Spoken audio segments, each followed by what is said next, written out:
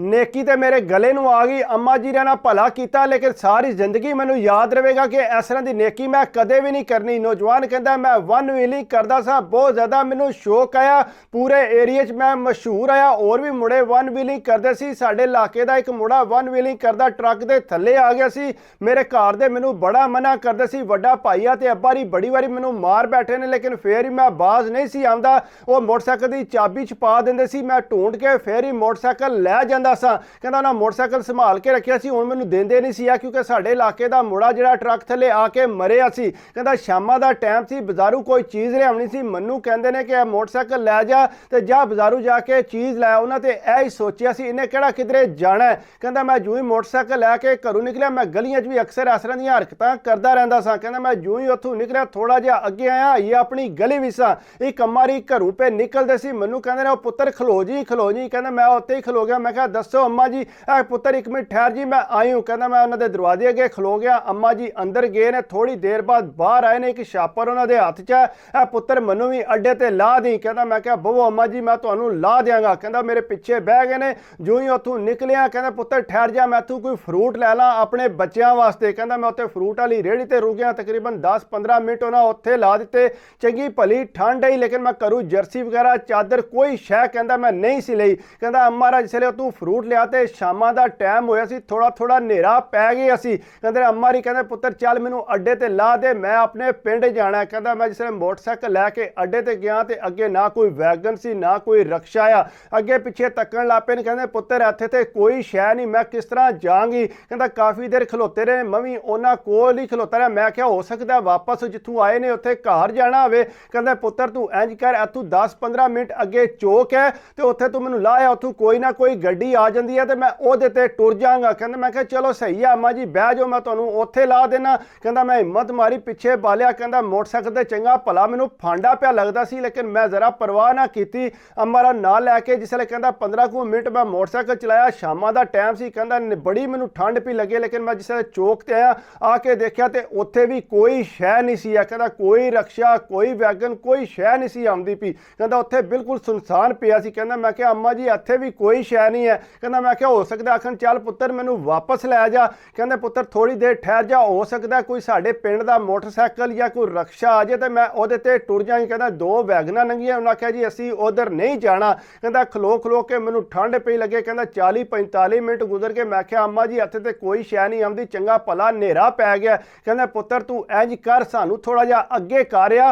ताकि उत्थे कोई ना कोई मैनू गड्डी राह च लभ जाएगी या कोई मोटरसाइकिल लभेगा, फिर उत्थों तू वापस आ जी। कहंदा मैं क्या अम्मा जी मैं अगे हुण किस तरह जावां, तुसीं आपू किसी बंदे ना लगे। उन्हें कहा पुत्तर कोई शह नहीं, तेरा भला हो जाए, जिंदा तू रवें, चल मैनू अगे करिया। कहंदा मैं फिर उहदी गल्लां च आ गया अम्मा रा दी। कहंदा मैं उन्होंने फिर मोटरसाइकिल के पिछे बिठाया। कहंदा मैं जूं टुरिया, इतनी ठंडी हवा कहंदा समझ नहीं आती, मेरे दिमाग इस तो बिल्कुल फ्रीज हो गया सी, इतनी ठंड मैनू पी लगती सी। कहंदा बहरहाल मैं उन्होंने नाल लिया तो टुरदा गया। कहंदा इतना राह खराब, खड्डे इतने ज़्यादा, कोई समझ ना आवे किधरों जाना। कहंदा नेरा गुप पै गया सी, ठंडां दे दिहाड़े सी। कहंदा जिसले विशकार जो उत्थे गया तो झाड़ियां बहुत ज़्यादा सी। कहंदा राह छोटा जिहा सी। कहंदा यकदम एक खड्डा आया तो मोटरसाइकिल विच डिग्या। कहंदा यकदम पता लगे कि टायर पाट गया। कहंदा जूं ही थले ढलिया तो देखा तो वाकई जिहड़ा टायर है वह पाट गया सी। कहंदा थले ढल के बड़ी परेशानी ला गई, अगू पिछू ना कोई साइकिल ना कोई मोटरसाइकिल ना कोई वैगन भी आवे। कहंदा बड़ी परेशानी बनी। कहंदा अम्मा जी मेरे वाल तकन लग पे, पुत्तर हुण के बनेगा। कहंदा मैं क्या अम्मा जी हुण मन्नू के पता के बनेगा, तो कोई गड्डी आउंदी है तो उन्होंने आखने साडी मदद कर। कहंदा तकरीबन 15-20 मिनट उत्ते खलोते रहे, लेकिन कोई गड्डी कोई मोटरसाइकिल ना आया। कहंदा फिर उत्थों पोले पोले टूर चल पुत्तर अगे चलने आ,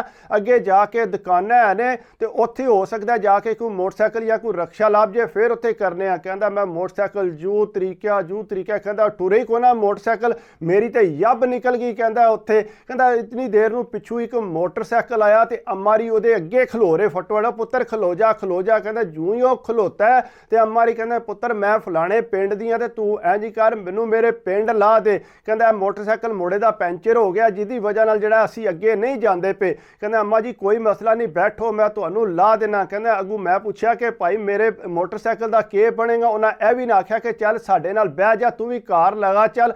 कहंदा तू मसला कोई नहीं है, अगे जाके दुकानां ने उन्होंने मैं आखना ते ओह तेरे कोल आके ते इत्थे तेरा पैंचर लवा देंदे ने। कहंदा मैं कहा चलो सही है। कहंदा मैं भी ज़्यादा गल को ना कीती। कहंदा मोटरसाइकिल लैके अम्मा रा मैनू नाल ला ਵਾਫਿਸ ਕੀਤਾ। ਕਹਿੰਦਾ ਆਪਣੇ ਛਾਪਰ ਫਰੂਟ ਦੇ ਲਾਏ, ਉਹਦੇ ਨਾਲ ਬਹਿ ਕੇ ਤੇ ਗੇ ਨਿਕਲ ਗਏ। ਕਹਿੰਦਾ ਹਨੇਰਾ ਇਤਨਾ ਜ਼ਿਆਦਾ ਸੀ, ਸਮਝ ਨਹੀਂ ਸੀ ਆਉਂਦੀ। ਕਹਿੰਦਾ ਮੈਂ ਉੱਥੇ ਥੋੜਾ ਆਸਤਾ ਆਸਤਾ ਟੁਰਦਾ ਸਾ ਪਿਆ, ਹੋ ਸਕਦਾ ਉਹਨੇ ਜਾ ਕੇ ਦੁਕਾਨ ਵਾਲੇ ਨੂੰ ਆਖਿਆ ਹੋਵੇ ਤੇ ਉਹ ਆਉਂਦਾ ਹੋਵੇ ਪਿਆ। ਕਹਿੰਦਾ ਲੇਕਿਨ ਕੋਈ ਬੰਦਾ ਨਾ ਆਇਆ। ਤਕਰੀਬਨ ਵਾਵਾ ਘੰਟਾ ਸਾਰਾ ਹੋ ਗਿਆ ਸੀ। ਕਹਿੰਦਾ ਮੈਂ ਆਸਤਾ ਆਸਤਾ ਟੁਰਦਾ ਪਿਆ। ਕਹਿੰਦਾ ਢੇਰ ਹਨੇਰਾ ਸੀ ਤੇ ਅੱਗੇ ਪਿੱਛੇ ਇਤਨੀਆਂ ਝਾੜੀਆਂ ਸੀ।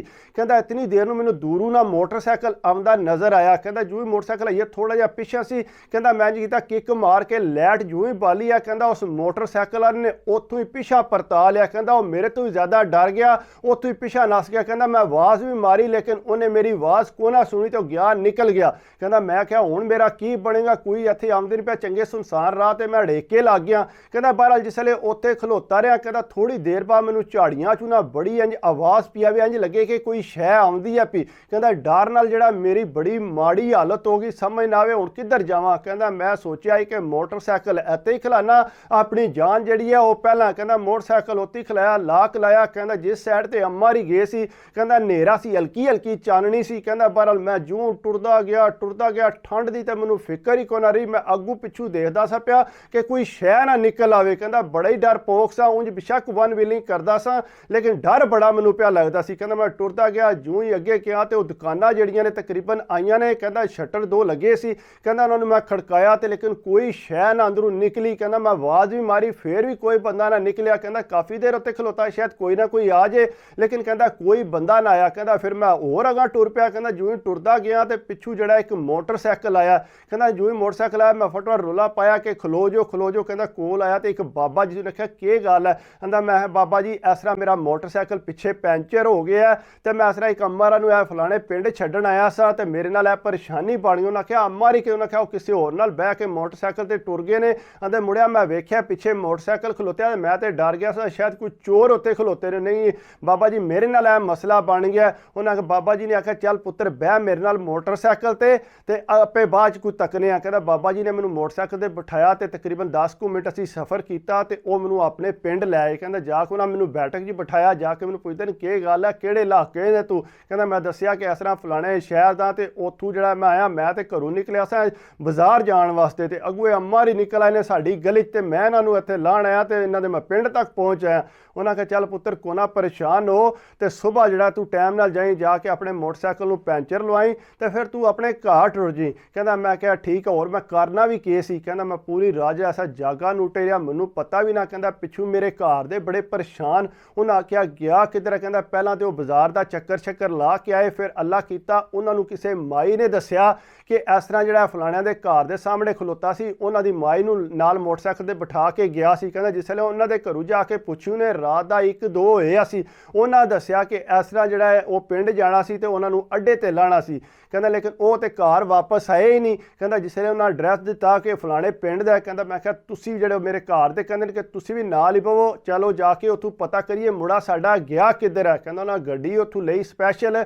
ਜਿਸ ਵੇਲੇ ਰਾਹ 'ਚ ਆ ਕੇ ਦੇਖਿਆ ਤੇ ਮੇਰਾ ਮੋਟਰਸਾਈਕਲ ਉੱਥੇ ਰਾਹ 'ਚ ਖਲੋਤਿਆ ਸੀ। ਉਹਨਾਂ ਨੂੰ ਪਤਾ ਲੱਗ ਗਿਆ ਕਿ ਸਾਡੇ ਮੁੰਡੇ ਦਾ ਮੋਟਰਸਾਈਕਲ ਹੈ। ਕਹਿੰਦਾ ਜਿਸ ਵੇਲੇ ਉਹ ਮੋਟਰਸਾਈਕਲ ਉਹਨਾਂ ਗੱਡੀ ਵਿੱਚ ਸੱਟ ਕੇ ਤੇ ਉੱਥੇ ਪਿੰਡ ਗਏ, ਮਾਈ ਕੋਲ ਜਾ ਕੇ ਪੁੱਛਿਆ, ਮਾਈ ਨੇ ਇਹੀ ਗੱਲ ਆਖੀ ਕਿ ਰਾਹ ਵਿੱਚ ਹੀ ਸੀ, ਅਸਾਂ ਆਖਿਆ ਸੀ ਕਿ ਦੁਕਾਨਾਂ ਤੇ ਅਗਰ ਕੋਈ ਪੈਂਚਰ ਵਾਲਾ ਲੱਭਦਾ ਤੇ ਅਸੀਂ ਤੇਰੇ ਵੱਲ ਮੁੜਿਆ ਭੇਜ ਦਿੰਦੇ ਹਾਂ, ਲੇਕਿਨ ਸਾਨੂੰ ਯਾਦ ਕੋਈ ਨਹੀਂ ਰਿਹਾ, ਅਸੀਂ ਅਗਾਂਹ ਨਹੀਂ ਕੋਨਾ। ਕਿਹਾ ਅੰਮਾ ਜੀ ਇਹ ਕਿਸ ਤਰ੍ਹਾਂ ਹੋ ਸਕਦਾ ਕਿ ਤੁਹਾਨੂੰ ਯਾਦ ਨਹੀਂ ਰਿਹਾ, ਸਾਡਾ ਮੁੰਡਾ ਰਾਹ 'ਚ ੜੇਕੇ ਲੱਗਿਆ ਤੇ ਤੁਸੀਂ ਉਹਦੀ ਖਬਰ ਹੀ ਲਿਆ। ਪੁੱਤਰ ਰਾਤ ਦਾ ਟਾਈਮ ਹੋ ਗਿਆ ਸੀ ਤੇ ਮੈਂ ਘਰ ਆਈ ਹਾਂ, ਮੈਨੂੰ ਅੱਗੋਂ ਯਾਦ ਹੀ ਕੋਈ ਨਹੀਂ। ਉਹਨਾਂ ਕਿਹਾ ਅੰਮਾ ਜੀ ਇਹ ਕੋਈ ਚੰਗਾ ਨਹੀਂ, ਤੁਸੀਂ ਕਹਾ ਤੁਹਾਡੇ ਨਾਲ ਨੇਕੀ ਕੀਤੀ ਹੈ, ਤੁਸੀਂ ਉਲਟਾ ਜਿਹੜਾ ਉਹ ਮੁੰਡਾ ਸਾਡਾ ਜਿਹੜਾ ਅੱਗੇ ਪਿੱਛੇ ਕਰ ਦਿੱਤਾ ਹੈ। ਕਹਿੰਦਾ ਘਰ ਦੇ ਮੇਰੇ ਪਰੇਸ਼ਾਨ ਅੱਗੋਂ ਪਿੱਛੋਂ ਢੂੰਡਦੇ ਰਹੇ ਮੋਟਰਸਾਈਕਲ ਤੇ ਉਹ ਲੈ ਗਏ। ਕਹਿੰਦਾ ਜਿਉਂ ਹੀ ਸੁਬਾਹ ਹੋਈ ਮੈਂ ਉੱਠ ਕੇ ਜਿਸ ਵੇਲੇ ਮੋਟਰਸਾਈਕਲ ਵਾਲੀ ਜਗ੍ਹਾ ਤੇ ਪਹੁੰਚਿਆ, ਅੱਗੇ ਆ ਕੇ ਤੱਕਿਆ ਤੇ ਮੋਟਰਸਾਈਕਲ ਹੀ ਕੋਨਾ। ਕਹਿੰਦਾ ਮੈਨੂੰ ਪਰੇਸ਼ਾਨੀ ਲੱਗੀ, ਲੈ ਵੀ ਕੋਈ ਮੋਟਰਸਾਈਕਲ ਮੇਰਾ ਚੁੱਕ ਕੇ ਲੈ ਗਿਆ। ਕਹਿੰਦਾ ਅੱਗੇ ਬੜੀ ਮਾਰ ਪੈਂਦੀ ਸੀ ਘਰੋਂ ਕਿ ਮੋਟਰਸਾਈਕਲ ਇਹ ਲੈ ਜਾਂਦਾ। ਕਹਿੰਦਾ ਮੈਂ ਕਿਹਾ ਹੁਣ ਮੇਰੀ ਖੈਰ ਨਹੀਂ ਹੈ। ਕਹਿੰਦਾ ਮੈਂ ਜਿਹੜਾ ਉੱਥੋਂ ਪਤਾ ਕਰ, ਇਧਰੋਂ ਪਤਾ ਕਰ। ਕਹਿੰਦਾ ਕਿੰਨੀ ਦੇਰ ਤੇ ਮੈਂ ਪੈਦਲ ਟੁਰਦਾ ਰਿਹਾ, ਅੱਗੋਂ ਪਿੱਛੋਂ ਲੋਕਾਂ ਕੋਲ ਪੁੱਛਦਾ ਰਿਹਾ ਕਿ ਇੱਥੇ ਮੇਰਾ ਮੋਟਰਸਾਈਕਲ ਖਲੋਤਿਆ ਸੀ, ਉਹ ਗਾਇਬ ਹੋ ਗਿਆ। ਕਹਿੰਦਾ ਕਿਸੇ ਬੰਦੇ ਨੂੰ ਕੋਈ ਪਤਾ ਨਹੀਂ ਸੀ। ਕਹਿੰਦਾ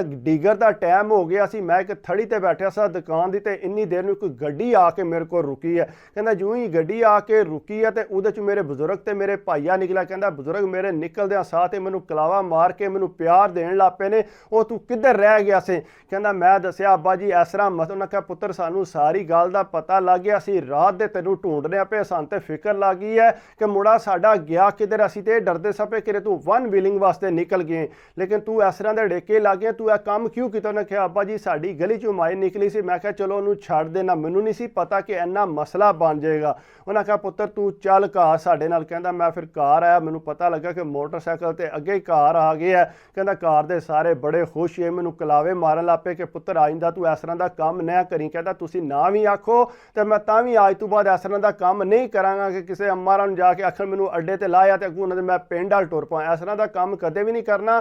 ਤੁਹਾਡੇ ਘਰਦਿਆਂ ਨੂੰ ਨਾ ਪਤਾ ਹੋਵੇ, ਖਾਸ ਕਰ ਸ਼ਾਮ ਦਾ ਜਿਹੜਾ ਟਾਈਮ ਹੁੰਦਾ ਬੜਾ ਖਤਰਨਾਕ ਹੁੰਦਾ, ਸਰਦੀਆਂ ਦੇ ਦਿਹਾੜੇ ਤੁਹਾਨੂੰ ਪਤਾ ਬੜੇ ਖਤਰਨਾਕ ਹੁੰਦੇ ਨੇ। ਇਹਨਾਂ ਚੀਜ਼ਾਂ ਤੋਂ ਬਚਿਆ ਕਰੋ। ਬਾਕੀ ਅਗਰ ਇਹ ਕਿ ਮੈਂ ਤੁਹਾਨੂੰ ਹਮੇਸ਼ਾ ਕਹਿਣਾ ਕਿ ਮੇਰੀ ਵੀਡੀਓ ਤੁਹਾਨੂੰ ਅੱਛੀ ਲੱਗੇ ਤੇ ਪਲੀਜ਼ ਯਾਰ ਲਾਈਕ ਕਰਿਆ ਕਰੋ, ਕਮੈਂਟਸ ਕਰਿਆ ਕਰੋ, ਸਬਸਕ੍ਰਾਈਬ ਕਰ ਦਿਓ ਤੇ ਦਿਲ ਖੁਸ਼ ਹੁੰਦਾ। ਬਾਕੀ ਦੁਆਵਾਂ 'ਚ ਯਾਦ ਰੱਖਿਆ ਕਰੋ, ਆਪਣੀ ਸਿਹਤ ਦਾ ਖਿਆਲ ਰੱਖਿਆ ਕਰੋ। ਸਿਹਤ ਹੈ ਤੇ ਸਭ ਕੁਝ ਹੈ। ਅੱਲਾ ਹਾਫਿਜ਼।